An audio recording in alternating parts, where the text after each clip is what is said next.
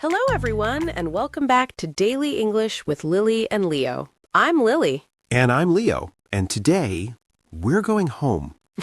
Not literally. We're talking about family, growing up, parents, siblings, traditions, and the things they told us that we're still carrying around years later. I thought I had easy answers to all of this. Then I sat down to think about it and realized I had approximately 45 complicated feelings and 2 hours to sort through them. If you're new here, welcome. This is Daily English with Lily and Leo. We help you learn English at B1 to B2 level through real conversations about real life. Every week, 5 vocabulary words and 1 grammar point, all in natural, conversational English. Subscribe if you haven't. It's completely free, and next week's episode finds you automatically. And if you've been here a while, thank you for coming back. Last week we talked about shopping, wish lists, impulse buys, the psychology of the checkout button. Today is different, quieter maybe, but just as interesting. So, where did you grow up? A village, very small. Fields, forests, one shop. The kind of place where if something happens, everyone in the village knows about it by the following morning. Did that feel limiting growing up? As a child, not at all. Fields and forests were my whole world. I didn't need anything else. But from about 12 or 13, I started to feel like I was watching the real world happen somewhere else. Like I was looking at it through a window. That's when the video games started. That is exactly when the video games started. My mom always said I played too many of them. She'd tell me to go outside. Whatever the problem was, bad mood, rainy afternoon, boredom, the answer was always go outside. I think that is the most universal parenting advice in human history. Completely universal. And you? You grew up in a city? Yes. Canals, old bridges, bicycles everywhere, constant rain. I actually loved it as a child. I didn't even notice the rain until I was a teenager. Then one day I noticed, and I haven't stopped noticing since. What did the city feel like? Medium-sized. Alive without being overwhelming. My school was near the water, and in summer we used to cycle everywhere. It felt very free. My dad cycled to work every day for 20 years. Same route, same time.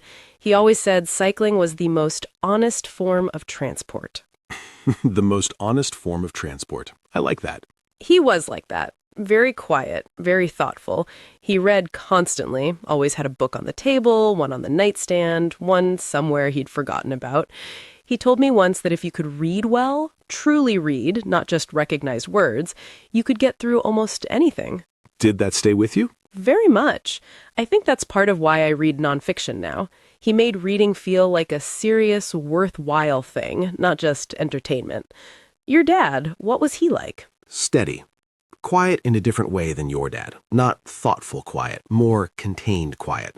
He worked at the same place for over 30 years. Same job, same colleagues, same routine. He was proud of that. He told me once that loyalty to your employer was something to be proud of. And now? And now he's retired. And last year, this surprised me. He told me that if he could do it again, he might have tried something different in his 40s, just once, just to see. He said it very quietly, looking out the window, like he was saying it more to himself than to me. That's a big thing to admit. It is. He's not someone who questions his choices out loud, so when he said it, I didn't say anything back. I just listened.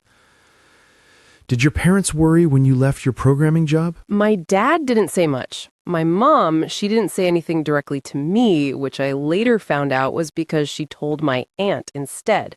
She told her she was worried about my pension. The pension conversation. The pension conversation. I was 27, but I understood it. She grew up in a different time. You found a job, you stayed in the job, you retired from the job. The idea of leaving on purpose voluntarily when everything looked fine from the outside, that seemed dangerous to her. My dad felt the same way about stability. He used to say, you don't leave something good just because you're bored. Though I think what he really meant was, don't be reckless, which is fair advice, honestly. Also, don't be too comfortable. There's a balance somewhere. Do you have siblings? A younger sister. She's 25. She teaches primary school. Very patient, very organized, loves her work completely. Everything I am not. My mom used to tell me I should be more like her. Classic sibling comparison. My sister used to tell me she wished she could be more relaxed, like me. So we both had something the other one wanted, and neither of us knew it at the time. I have an older brother. He went into engineering. My parents were very proud. 2 children, 2 technical careers. They told everyone at family gatherings. Did you mind? Not at all. We've always been close. He called last month, actually. He told me he'd started listening to the podcast. Really? He said a colleague showed it to him. He didn't realize it was me at first. He said he listened to the opening and thought, this voice sounds familiar. Then he recognized it. What did he say when he figured it out? He said he told his wife that his sister had a podcast. And apparently his wife asked, is it any good? And he paused. Quite a long pause, I was told. And then said, yeah, actually. The highest form of sibling praise. The absolute highest. I wrote it down. What about family traditions? What did your family do that felt specific to you? Sunday lunch. Every Sunday, without exception. My grandma cooked. Always the same dishes in the same order. If you weren't at the table by 1 o'clock, she gave you a look that didn't need words. The whole extended family, every week. And you still do it? When I go home, yes. The smell hits you at the door and something in your brain immediately goes back to being 8 years old. It's completely involuntary. We had seasonal traditions. Christmas and Easter were very specific. My mom made the same dishes every year, and it was completely non-negotiable. The menu was set. You did not suggest changes. What's on the menu? Things I have no idea how to make. I've asked her to teach me, and she says things like, you just know when it looks right, which is not a recipe. I've tried to recreate some of them, and they taste almost right. They're fine, but they're not hers. Tom, you remember Tom, he grew up in the same village as me. He told me once that what he misses most about home isn't the place or the people.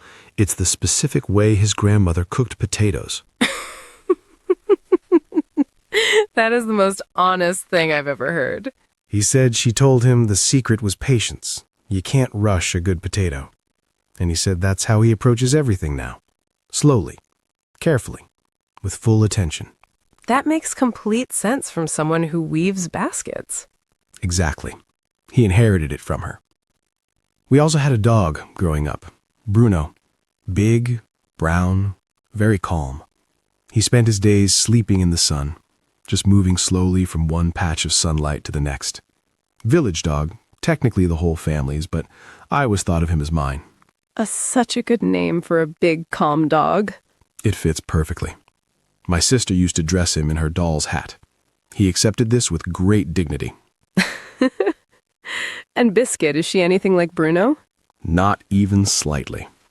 Bruno was the absence of urgency. Biscuit is a small, opinionated orange creature who walked into my lap uninvited and has apparently decided to stay. Still waiting on the official landlord answer. He said, I'll think about it, which I continue to interpret as yes. Of course you do.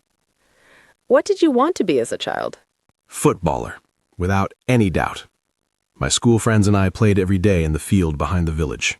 I was not especially good, but I was loud, which I thought counted for something.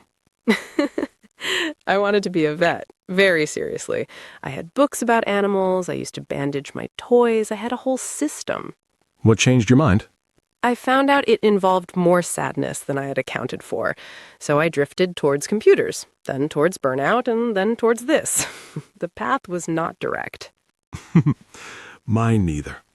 My mom told my dad once, she didn't know I was listening, that I asked too many questions to do anything normal.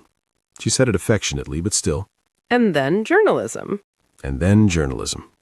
When I got into the program, my dad was quiet for a moment. I thought he was going to say something cautious, and then he said, that makes sense. Which from him is basically a standing ovation. I wrote it in a notebook, still have it. I love that. The sentences our parents say that we keep. Someday jar update? €4.90.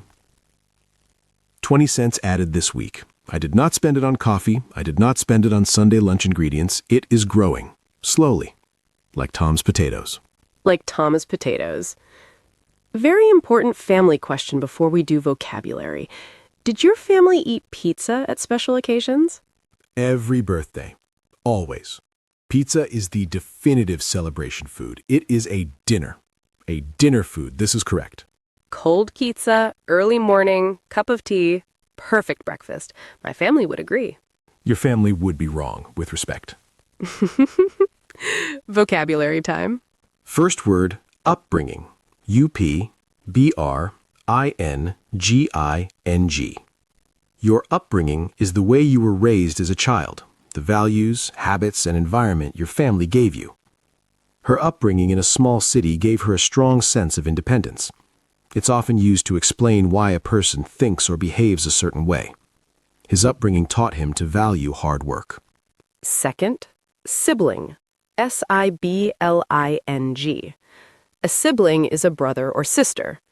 She has one sibling, an older brother. It's a neutral word that covers both. In everyday conversation, you'd usually say brother or sister specifically, but sibling is useful when you're speaking in general. Do you have any siblings? Is a very natural question when getting to know someone. Third, generation. G-E-N-E-R-A-T-I-O-N. A generation is a group of people born around the same time who share similar experiences and attitudes. My parents' generation had very different ideas about job security. You also use it to describe a step in the family line. The next generation means children or grandchildren. This recipe has been passed down through 3 generations. Fourth, strict. S-T-R-I-C-T. If someone is strict, they have firm rules and expect them to be followed. Her grandmother was strict about Sunday lunch. 1 o'clock, no exceptions. In a family context, strict usually means consistent and clear about expectations. It's not necessarily negative. A strict person can also be fair. And fifth, inherit. I-N-H-E-R-I-T. To inherit something usually means to receive it from someone who has died, property, money, objects.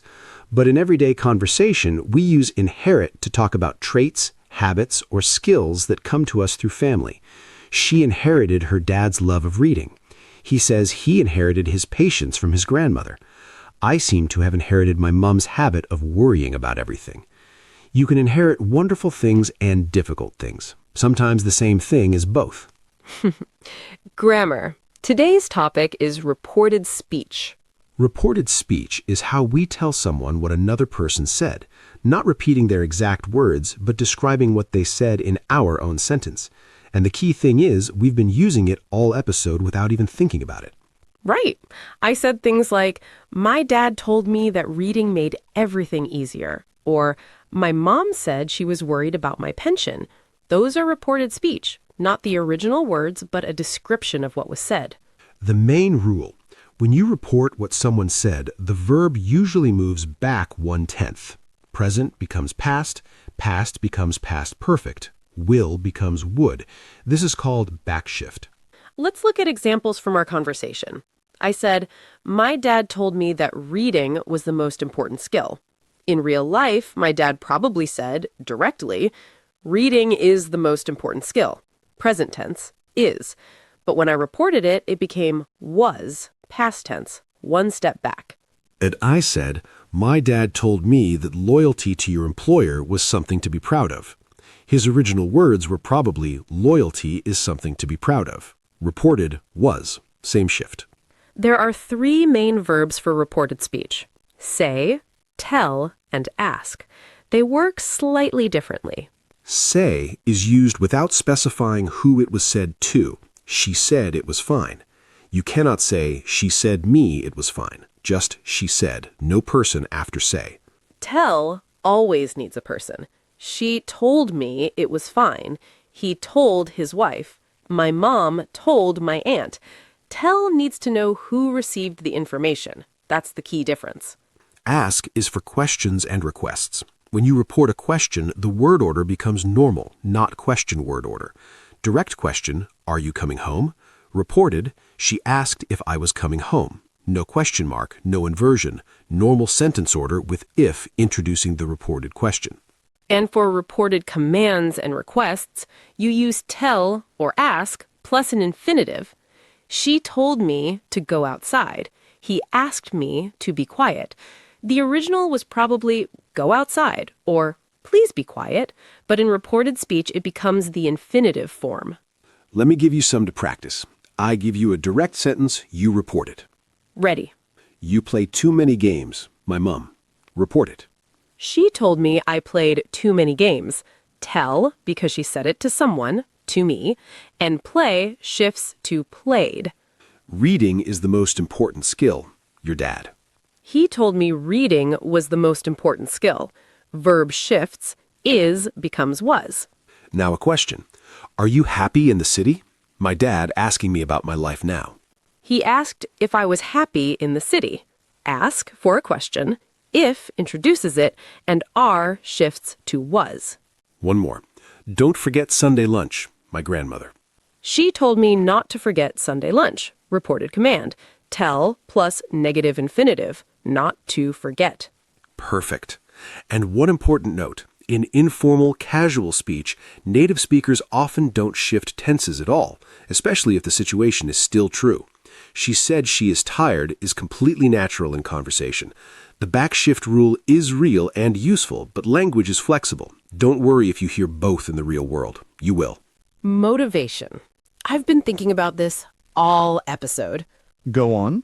So much of who we are comes from sentences, things that were said to us when we were young by parents, by grandparents, by teachers. Go outside. Reading matters. You ask too many questions. That makes sense. Those sentences live inside us for a long time. Some of them are incredibly helpful, and some you get older and you start to see that they weren't quite right, or they were right for someone else, not for you.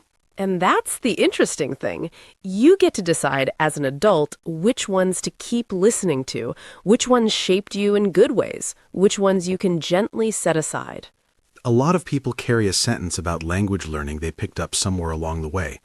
I'm not good at languages. My accent is too strong. It's too late to start. Someone said it, maybe a teacher, maybe themselves, and it's stuck. But reported speech works in both directions. Someone told you something, and you can choose how you report it to yourself going forward. That's not nothing. 1% every day. 1% every day. Thank you so much for being here today. This one felt personal, in a good way. Leave us a comment. Tell us something your family always said.